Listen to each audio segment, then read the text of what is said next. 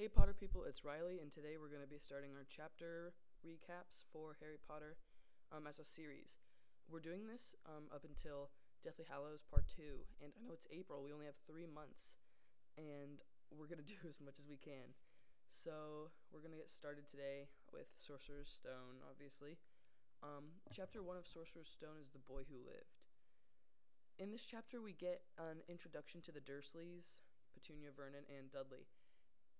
We figure out that they're kind of this prim and proper happy, and that's the way they want it to be. And Vernon, the husband and father of the family, has had a rough day.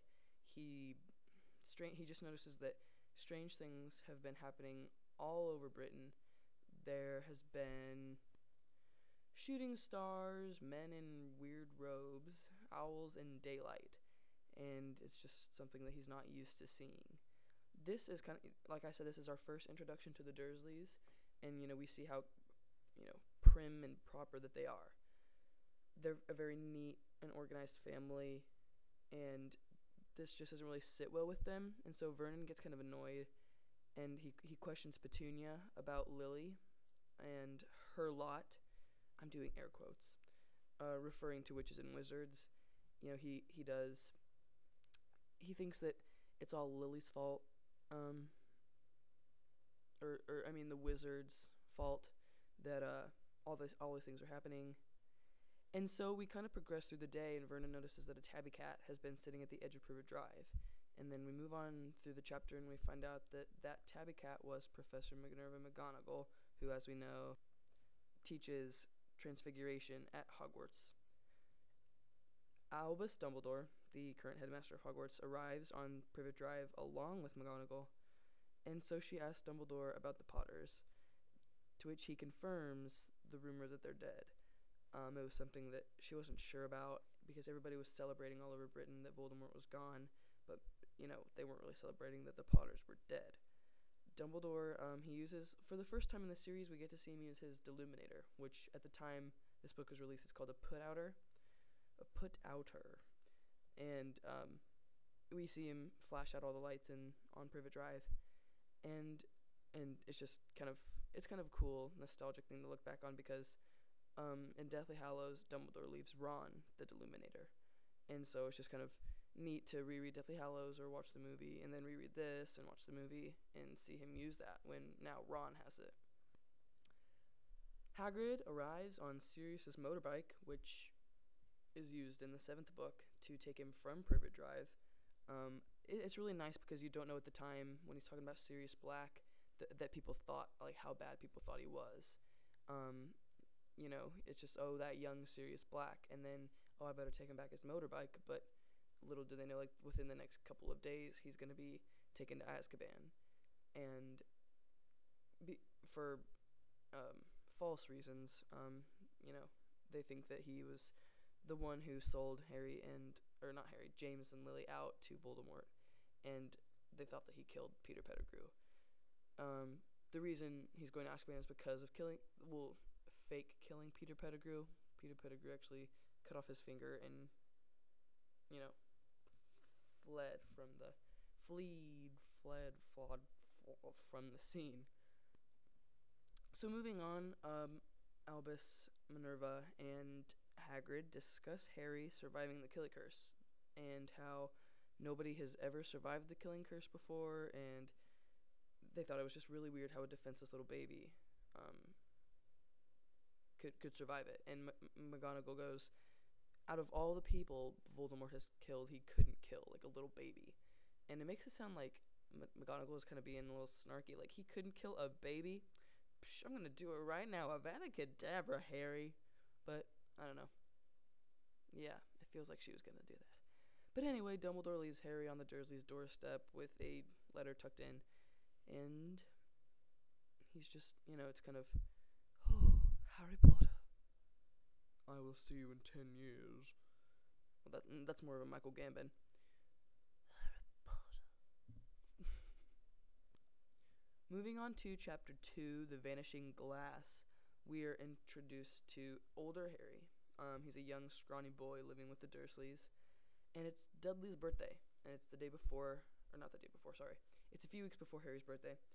And the Dursleys have decided to take Dudley to the London Zoo for his birthday, and they bring Dudley's friend Piers, and Harry goes along with them, because Vernon believes he's gonna like blow up the house. In this chapter, we get our first mentioning of Arabella Figg, who is the Mrs. Figg from Order of the Phoenix, who's a squib. I don't know what you guys think, but like, do you think Petunia knew that Miss Figg was a squib? Because like, I don't know if like maybe this was in the book, so I'm just forgetting it, but I don't know if maybe she did, or if it was just kind of the baddie woman who lives across the street, or but I thought that was just really interesting that we get introduced to Sirius in this book. We get introduced to Miss Figg and the Deluminator, all in these first two chapters. Harry has a dream. Earlier, we find out that Harry had a dream about Sirius's motorbike and Hagrid arriving on it and stuff. And so anyway, the Dursleys, Piers, and Harry leave, and they go to the zoo. And then Harry kind of consoles with the python. He's the Brazilian python, and he's like, I know where you come from, I know how you feel, you're locked up in this cage all day, blah, blah, blah. And the snake agrees with him, and you can see him, like, wink and stuff, and then, the glass vanishes, and the snake slithers off into the, distance.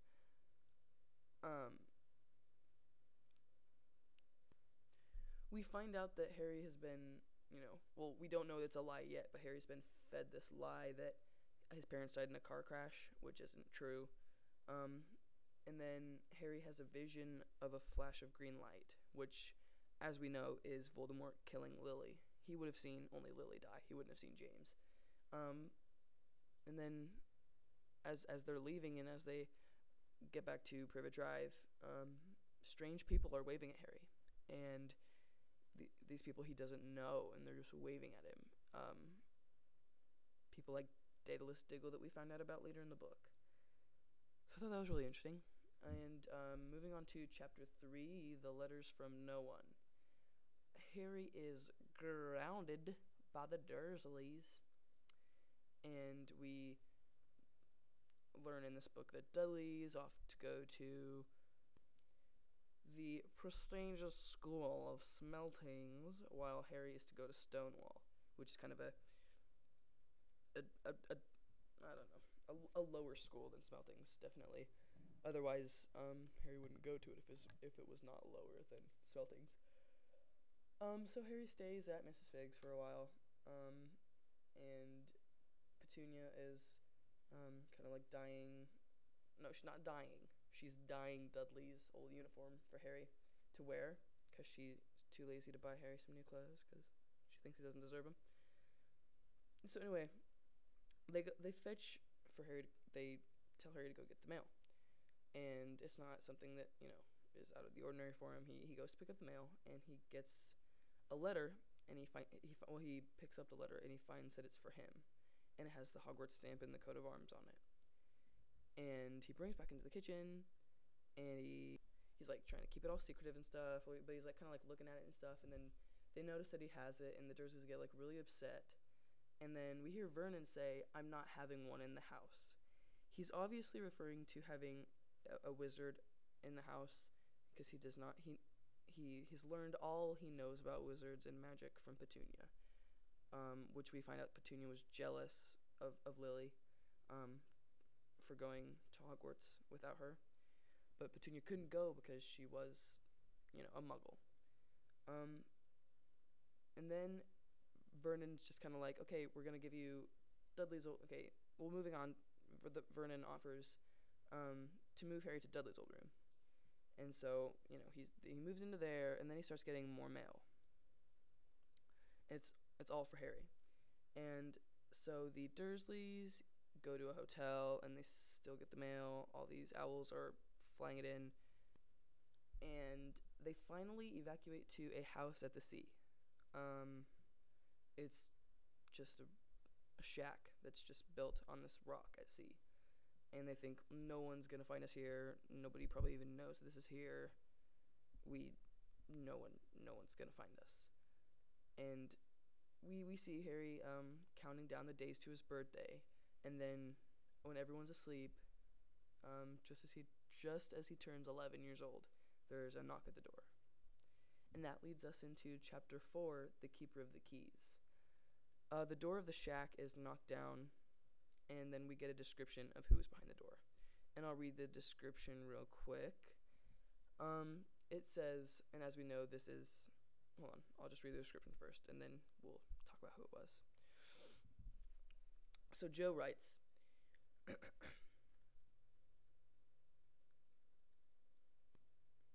his face was almost completely hidden by a long, shaggy mane of hair and a wild, tangled beard, but you could make out his eyes glinting like black beetles under all the hair. And as we know, this is Hagrid. And Hagrid introduces himself and wishes Harry a happy birthday. And Hagrid gets furious at the Dursleys because Harry knows nothing about magic. Because he keeps kind of bringing things up, and Harry's like, what? My parents died in a car crash, you stupid fat man. But Hagrid's just all like, oh, Petunia, Vernon, you don't tell the boy that he was magic? You keep this from him all of his... No, I can't do Hagrid. But anyway, he's like, you didn't tell him all his life. This is balderdash. You horrible people. And so Hagrid starts out by breaking the news to Harry that he's famous. And the Dursleys try to prevent the news that he's a wizard. They're kind of bringing things up that have to do with... they don't have to do with magic. And then Hagrid tells Harry he's a wizard. You're a wizard, Harry? And so Harry receives his letter from Hogwarts. Hagrid gives it to him, the one that has been coming to their house, to the Dursleys for forever and ever and ever. And he reads the supplies that he needs, and it's first letter from McGonagall, and blah, blah, blah. We learn about Bathilda Bagshot, history of magic. Which, Bathilda Bagshot is in Deathly Hallows. There's just a lot of, Deathly Hallows references in this book. But anyways, Hagrid introduces to Harry the term of Muggles and how the Dursleys are Muggles. Then Petunia expresses,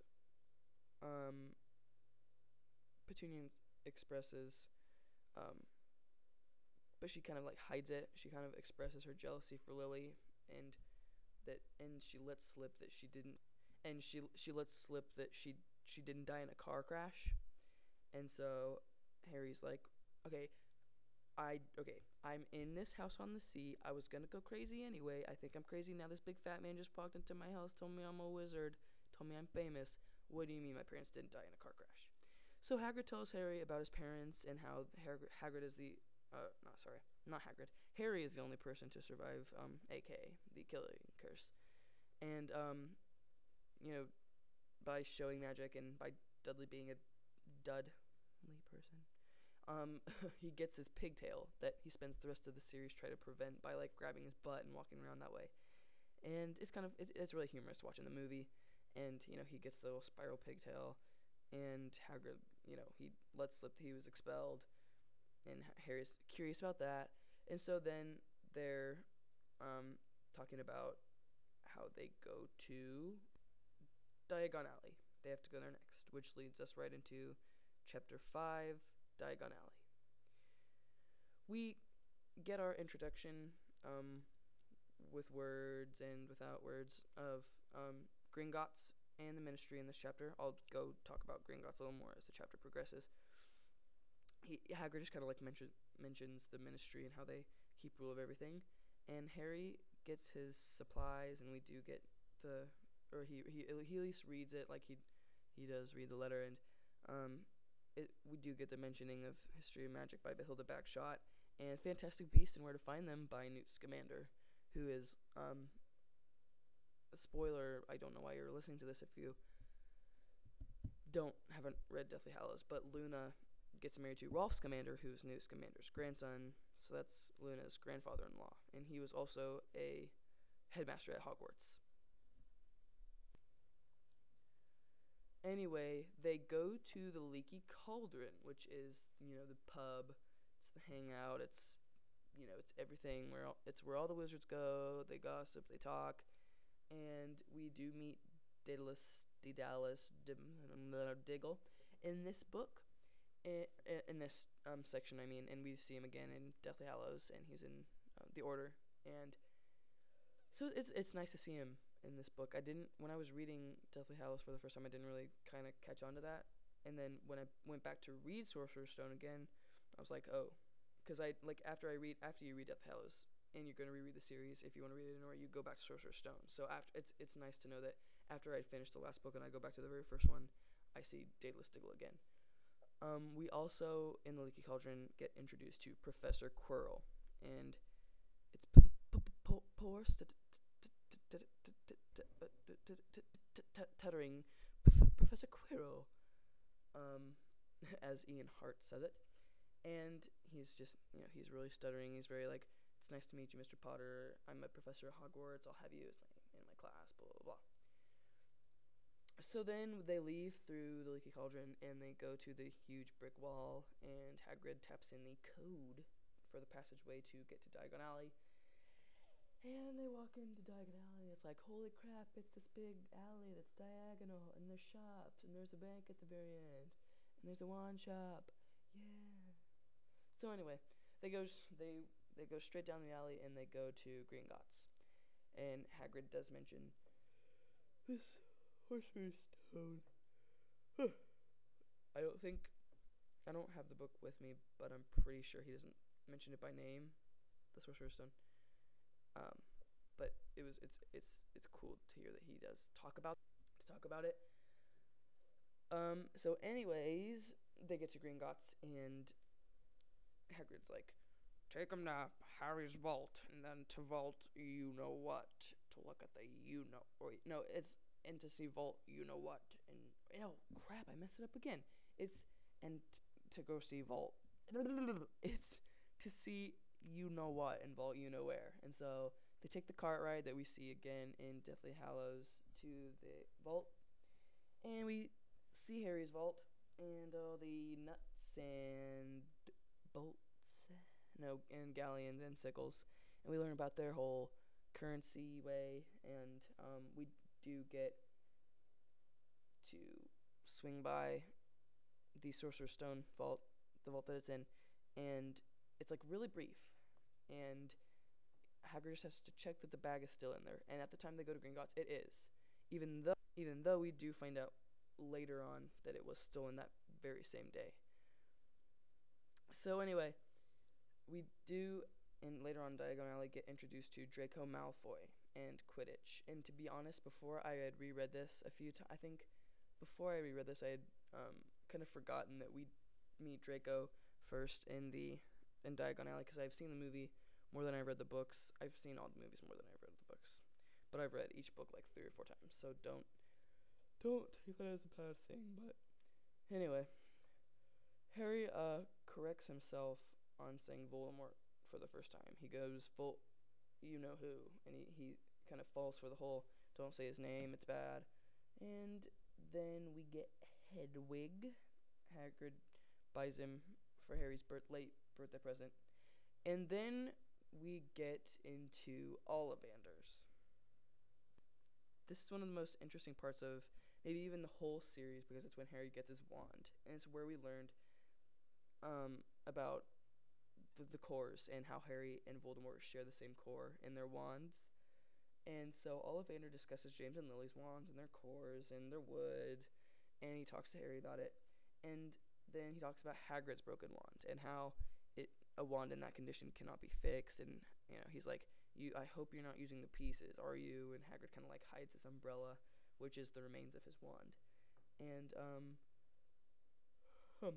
we learned that all the cores that Ollivander uses are unicorn hair, phoenix tail feather, and dragon heartstring. And so Harry goes into his whole exposition of wand testing. He tries out one, doesn't work, things fly off the shelves, mayhem. And then Ollivander gets curious. He gets very, very curious. So he takes off out of, like I said, out of curiosity. Ollivander gets the Holly and Phoenix Feather wand. It's Phoenix Tail Feather, and um, he gives it to Harry, and it works. And he's like, how very, very curious. And Harry's like, what's curious? And he's like, um, that wand that you're holding, I'm sorry to say, gave you that scar. I sold it to the man who gave you that scar. And we find out that he was like, because he says earlier on in the chapter that there's no two wands that are alike, and he says that these two wands are brothers, that the same phoenix gave two tail feathers, which we know is Fox. We don't know that at the time, but we do come to realize that Fox is the phoenix who gave the feathers. And so that wraps up these chapters. We went through 5 of them, and I'll have the next 5 up, and we can hopefully finish the series by the time Deathly Hallows comes out. So yeah, I'll talk to you guys later. And if we do not get through all the series, and I do realize that we're running low on time, then I will kind of, skip some of the books, maybe go back to it later, and then I'll just do Deathly Hallows. And maybe if we're really running out of time, I'll probably only do the second chunk that they did for the movie. So anyway, thanks for listening, and I'll see you guys for the next 5 chapters.